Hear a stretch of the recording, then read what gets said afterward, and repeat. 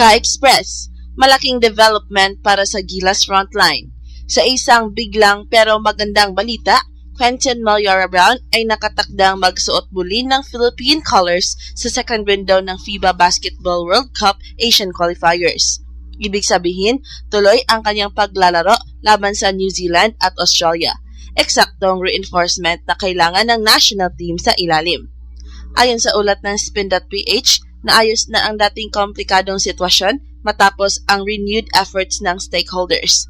Ang mga concern na una umanong lumitaw tungkol sa additional requirements ay na-resolve na at malinaw na ang daan para sa kanyang availability. May papel din umano ang isang key figure na dati na niyang nakatrabaho sa Pilipinas para maayos ang usapan at ma-secure ang kanyang pagbabalik. Kinumpirma rin ni Gilas head coach Tim Cone na posibleng dumating si Malliora-Brown sa training base ng team sa Inspire Sports Academy ngayong Huwebes o Biyernes. Mahalaga ito dahil limitado ang preparation window bago ang laban kontra New Zealand. Kasama ni QMB sa frontline rotation sina Junmar Fajardo, AJ Edu, Carl Tamayo, and Justin Baltazar. Ngunit ang pinaka-aabangang kombinasyon, ang posibilidad ng triple tower look, Malliora-Brown, AJ Edu, and Junmar Fajardo. Isang lineup na may laki, haba at physicality laban sa traditionally strong frontcourt ng New Zealand. Strategically, malinaw ang signal. Gilas is loading up sa interior. Sa crucial second window na ito, bawat rebound, bawat rim contest, bawat defensive stop ay magiging mahalaga.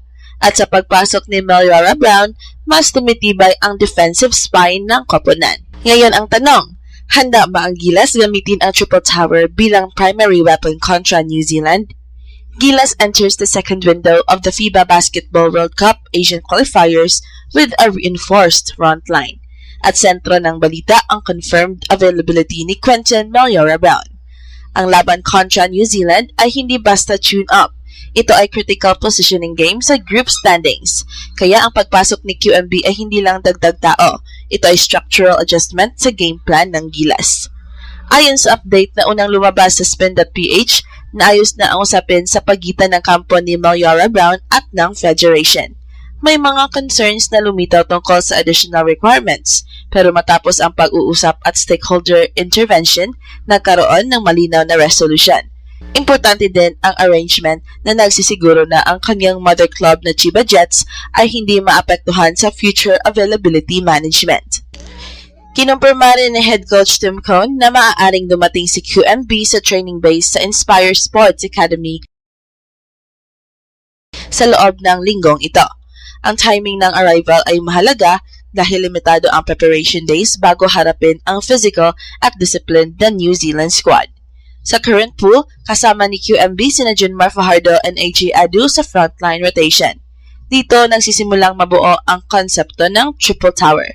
Si Junmar ang low post anchor and offensive stabilizer.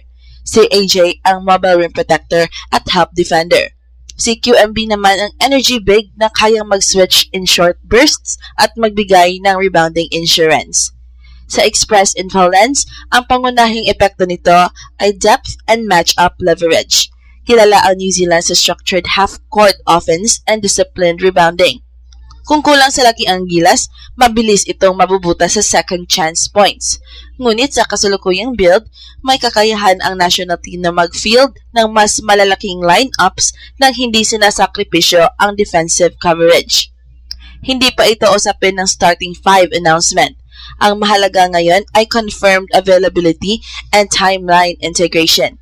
Sa pagdating ni Malliora-Brown, mas nagiging malinaw ang blueprint. Control the paint, protect the rim, win the rebound battle. Ang susunod na tanong, gaano kabilis maisasama si QMB sa rotation bago ang tip-off kontra New Zealand? Ngayon na-confirm na ang availability ni Quentin Malliora-Brown, malinaw na ang direction ng Gilas laban sa New Zealand. Palakasin ang interior control. Sa second window ng FIBA Basketball World Cup Asian Qualifiers, hindi pwedeng manipis ang frontline lalo na kontra sa isang team na kilala sa physical screens, disciplined spacing, and strong rebounding presence. Kapag pinagsama sina Junmar Fajardo, AJ Edu, at Malliora-Brown, Nagkakaroon ang Gilas ng tatlong distinct roles sa loob. Si Junmar ang primary low post option and defensive rebound anchor. Si AJ ang weak side shot blocker and mobility defender na kayang mag-cover sa pick and roll situations. Si QMB naman ang energy big na kayang magbigay ng high motor minutes, box outs, loose balls, and hustle plays na madalas nagdedesisyon ng close games. Ang konsepto ng triple tower ay hindi nangangahulugang sabay-sabay silang nasa court buong laro. Sa halip, ito ay tungkol sa rotation, flexibility. Maaaring gamitin ang twin big alignment sa stretches kung saan kailangang kontrolin ang boards.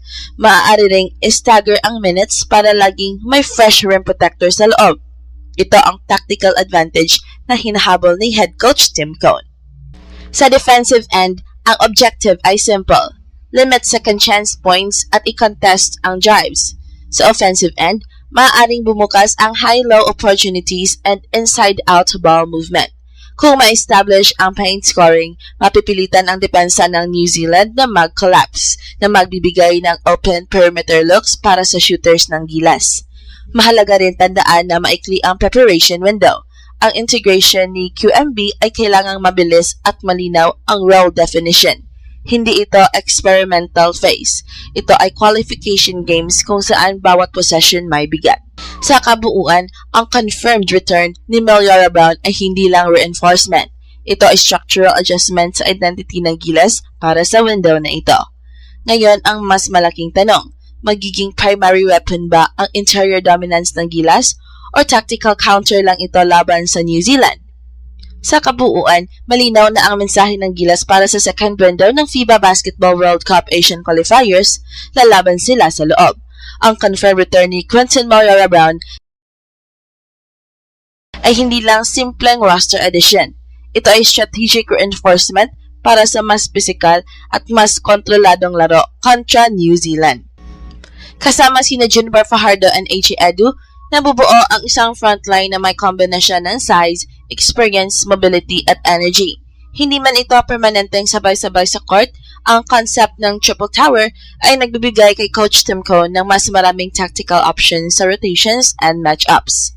Sa mga ganitong qualification games, kadalasan ang laban ay napagdesisyonan sa rebounds, rim protection, and second chance opportunities. Dito papasok ang halaga ng dagdag lakas sa loob. Kung maipatupad ng maayos ang integration and role clarity, may malaking chance ang Gilas na makontrol ang tempo at ma-neutralize ang physical advantage ng kalaban. Ngayon ang tanong, sapat ba ang triple tower setup para dumanahin ang paint at itulak ng Gilas sa panibagong momentum sa qualifiers?